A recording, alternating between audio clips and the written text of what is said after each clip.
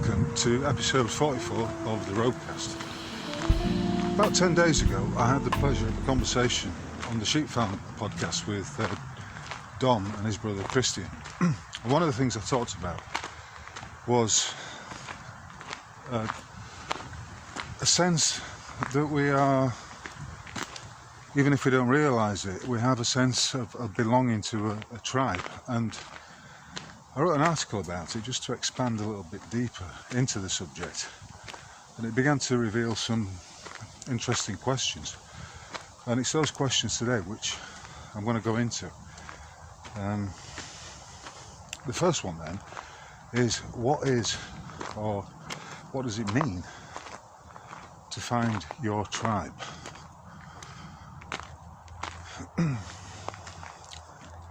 Could it be that your tribe is simply those to whom not necessarily you have any bloodline connection, but those with whom you immediately resonate when you meet them, those people who you feel at ease with, those people who you know implicitly are, broadly speaking, on the same page as you.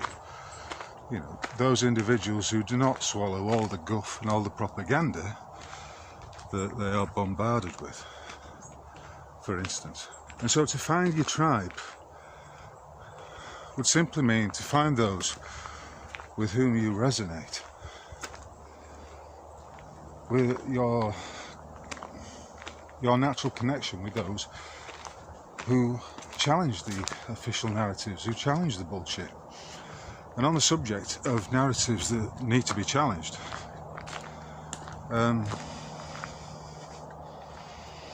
in Philadelphia at the weekend, there was what the mainstream media are promoting as an assassination attempt on Donald J. Trump.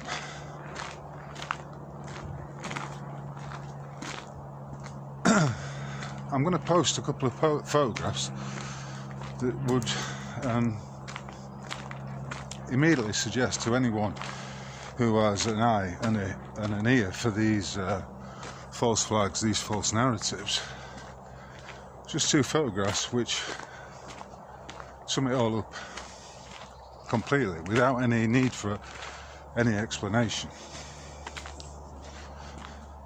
Those two photographs side by side would suggest that the entire episode was staged.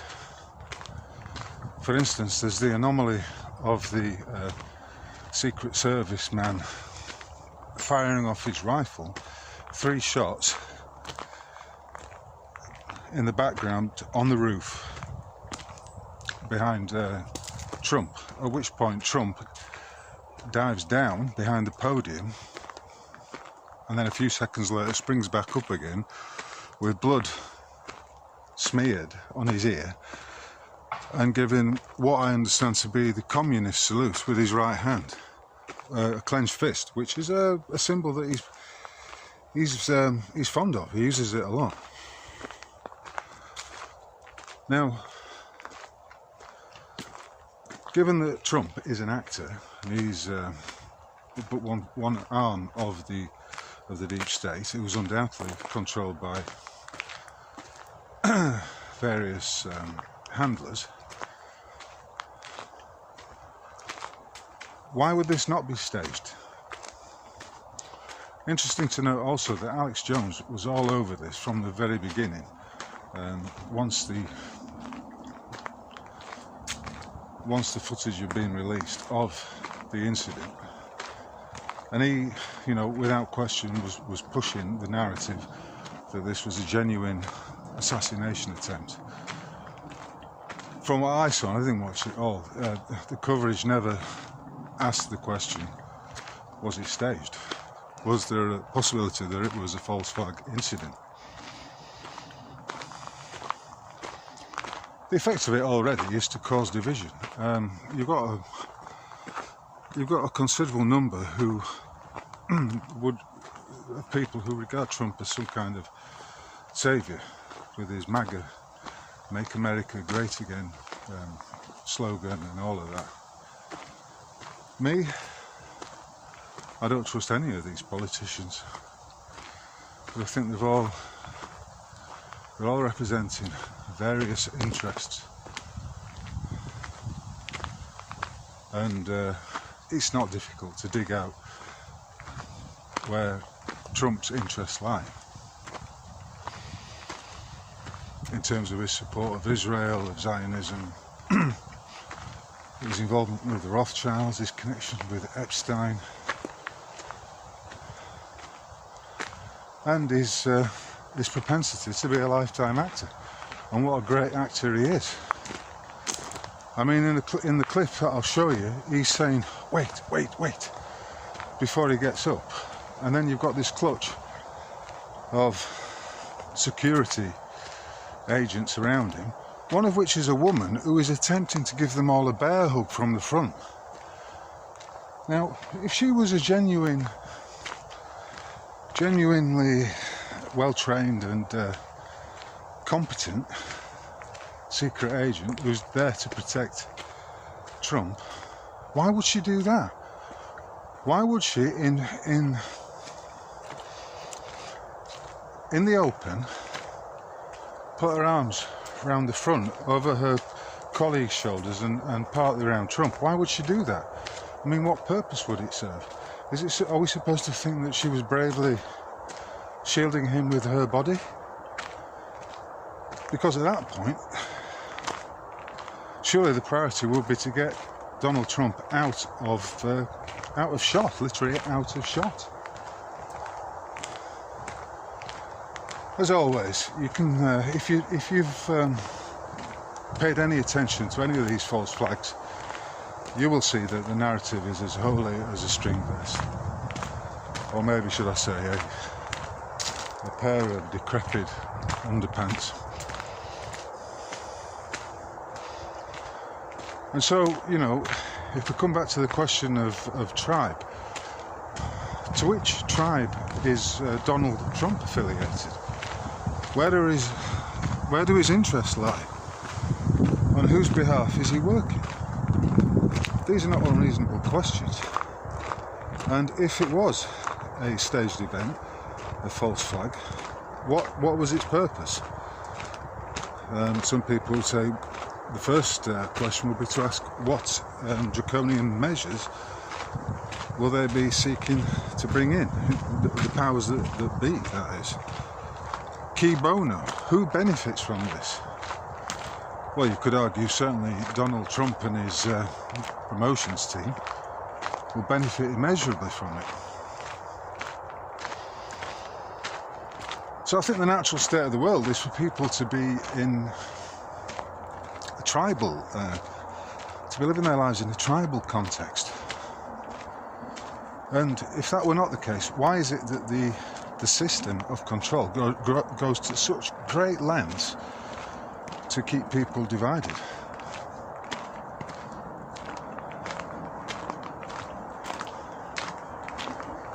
Well, I think we know the answer to that question. But it is very, very interesting. And in the article, I referenced the monumental work of Jason Brashears of archaics.com, and in particular I reference some of his writing about the lost tribes of Israel and who they truly were, and where they ended up, or to where they proliferated and thrived. Yeah, so in the Bible, and I'll put the references in, it states that the tribes of Israel who were exiled from Egypt and all the rest of it were destined to forget who they truly were, and nevertheless would spread far and wide and populate all corners of the world with their progeny, and that these tribes were those that essentially filled the United States, and it was all prophesied, and this prophecy actually came to fruition in 1776 with the Constitution of the the United States of America. And that got me thinking.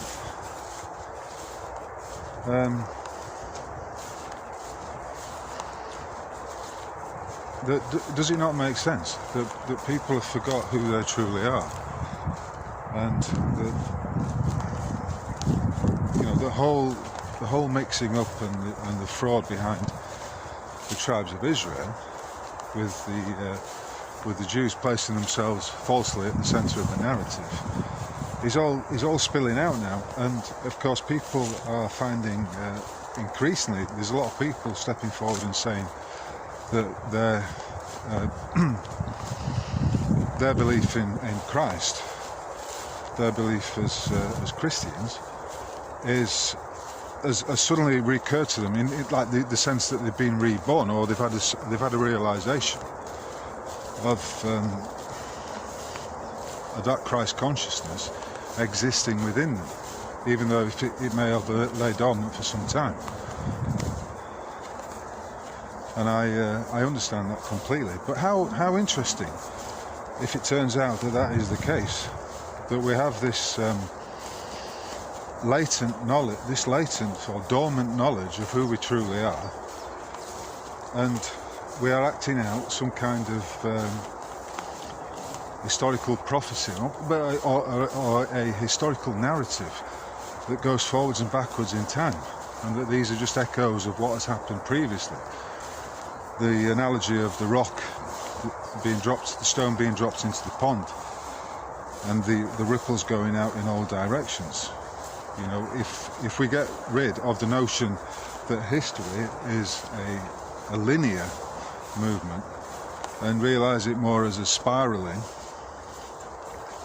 and a rippling, like sound waves that go forwards and backwards through the medium, then we perhaps have a clearer understanding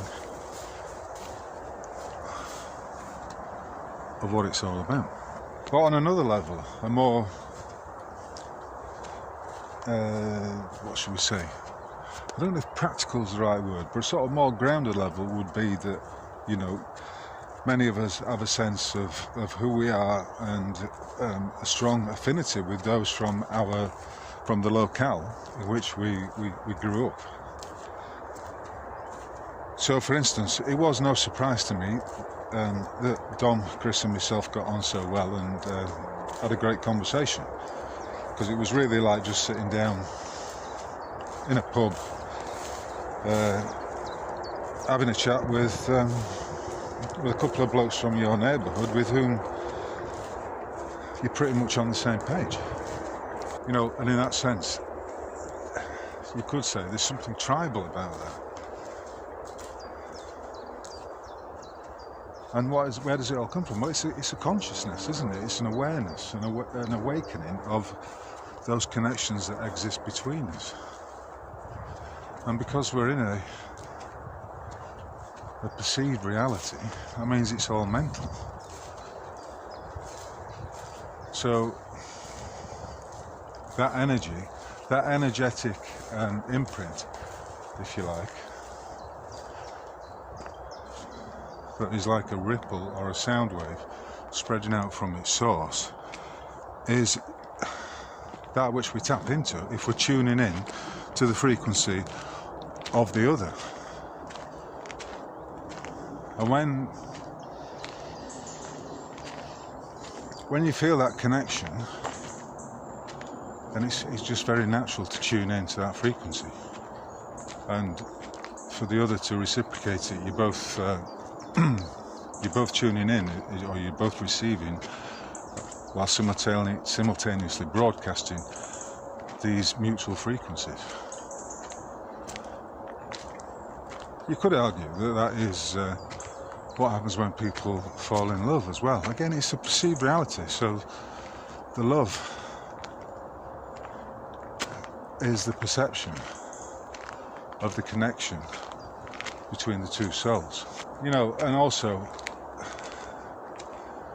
if we look at the stories that appeal to us, particularly those, say, in Britain, those surrounding the the tales of Robin Hood, his gang of merry men,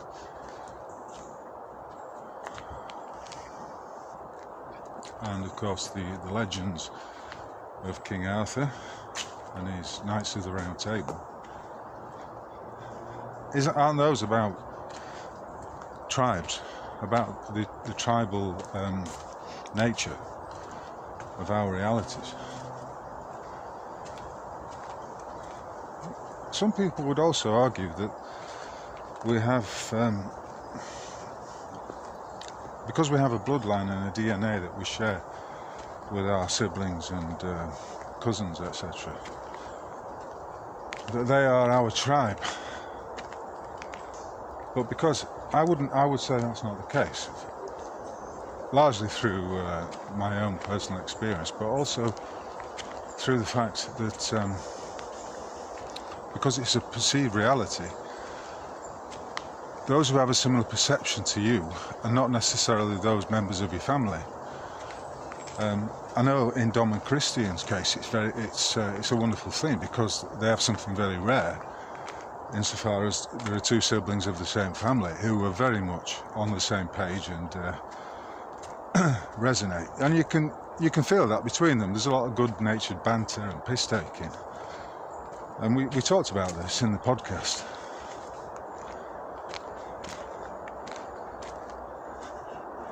And, yesterday I noted that the England football team under Darren Sourface, I think that's his name, lost 2-1 to Spain in the final of the European Championships. I mean, who gives a fuck? But what is interesting is the tribal nature of it. In the stadium, you've got all the England fans and all the Spanish flags, all decked out in the country's colours, all carrying the flags, all joining in the chanting and the singing of the national anthems. And that is very tribal. But I would argue it's an engineered tribalism. A very superficial level. And this is how football, for instance, gets used to kind of dampen down the tribal strengths of the various regions, the towns, the cities around the country. So their energies, their aggressions, their emotions are directed into the football, into their team. And from that you've got notions of tribal territory, which may well account for the occasional bout of fighting that takes place, although I must admit these days it's far, far removed from that which I remember as a kid going to football matches in the late 1970s, early 80s. It's very interesting. But Jason Brashears makes the point that this was prophesied, this remembrance, if you like, this realization of those peoples who were of the original lost tribes of Israel will come about. It's destined to happen because people will wake up to who they truly are. And I find it very, very compelling because over the last 4 years, it's fair to say more and more people have woken up to the tyranny around them. I'm not saying completely woken up, and the vast majority of people will continue to exist within the false constructs of the state and all its propaganda weaponry, all its mind control and undue influence.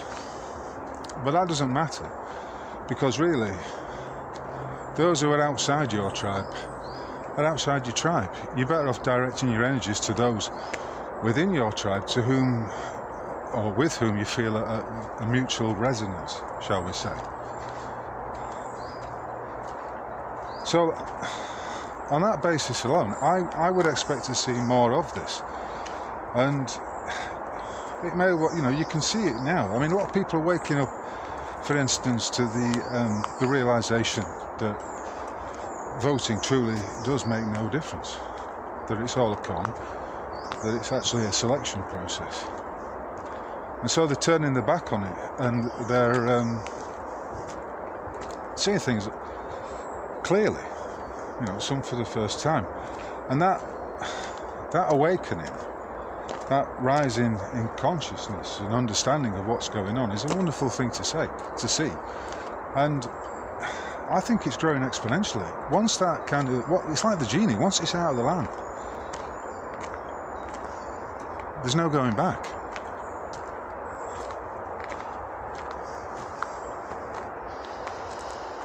Once the toothpaste is out of the tube, you can't put it back in. And I think we're at that point.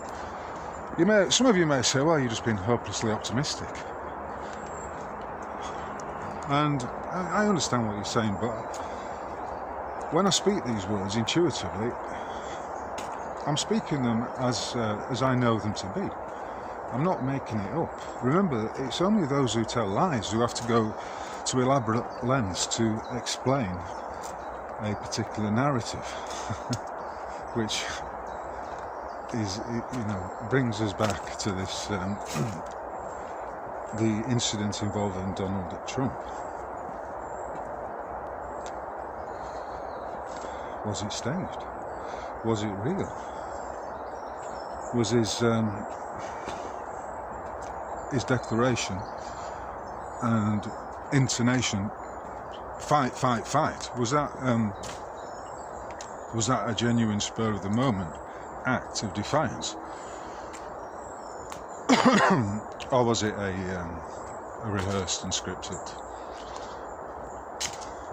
opportunity? I mean, it's a good look as well, because if you compare that, he gets, on the face of it, he gets clipped on his ear, he goes down, and then a few seconds later he's back up, like some incredibly fit, courageous 78-year-old.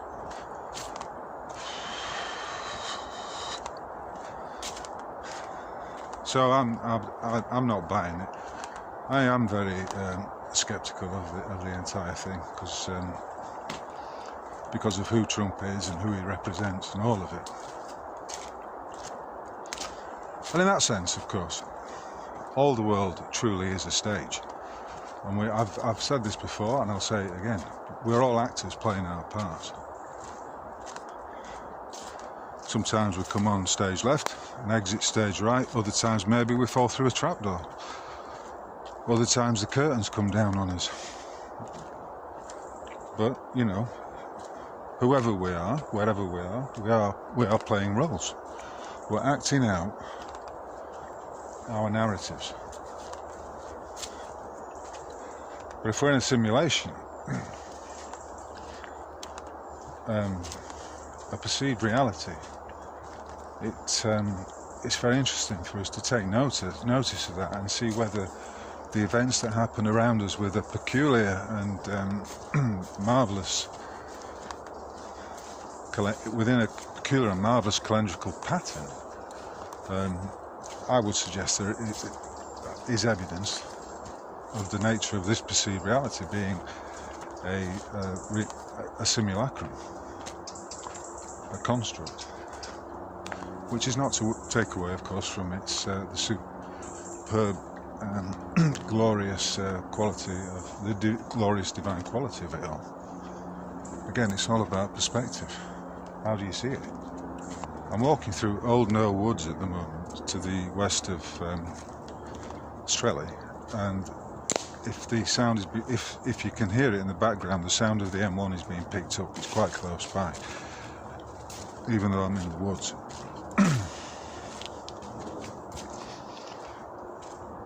Which would suggest that I need to get out somewhere quieter, somewhere further afield. But first of all, I do need to get some new tyres for the motor. Anyway, the tribe. It's an interesting subject, and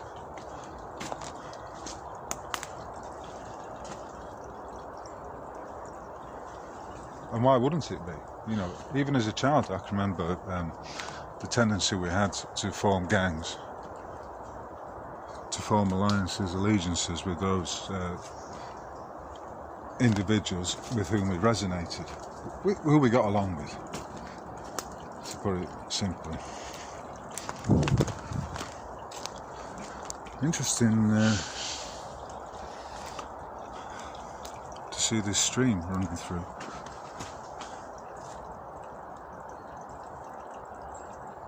Is it iron ore or copper? I can't remember which. You know, you could say it's somewhat paradoxical for me to be talking about the tribe and notions of what it means to be with one's tribe, when all along I've been advocating that it's the self-realization or the expression of the individual within that really is the name of the game and the antidote to all of the bullshit that's being pumped out and all the control systems that are trying to shackle us. However, you know, life is paradoxical. In the previous podcast, I was talking about how it can be viewed as a game of hide and seek, which is paradoxical, and thus, you know, one can be the lone wolf, but occasionally, for reasons of strength, fellowship, and simply because there's a strong sense of wanting to be with those who resonate on the same frequency, that lone wolf will run with the pack. He'll hang out with the pack. He'll spend time with the pack. So it goes. Life is essentially a paradox. And on that note, I think I'll end it today, because I'm going to go to one of my favourite pubs, the Dewdrop Inn, just next to Ilkeston railway station, where I know it's a good pint, and after 2 hours of wandering around fields and getting lost and generally getting thirsty, I think it's time I had a pint. This has been the Rogue Mail. It's been Roguecast number 44, and before I go, if you've got this far and you've enjoyed it, please consider leaving me a donation. It doesn't matter of what size, just go with your appreciation. And thank you to those who did leave a kind donation via the Buy Me a Coffee button last week, one of which was called Someone. Yeah, thank you very much. It is truly appreciated right now, especially as I need some new tyres. Right, onwards and upwards, and I'll catch you all on the flip side. Cheers.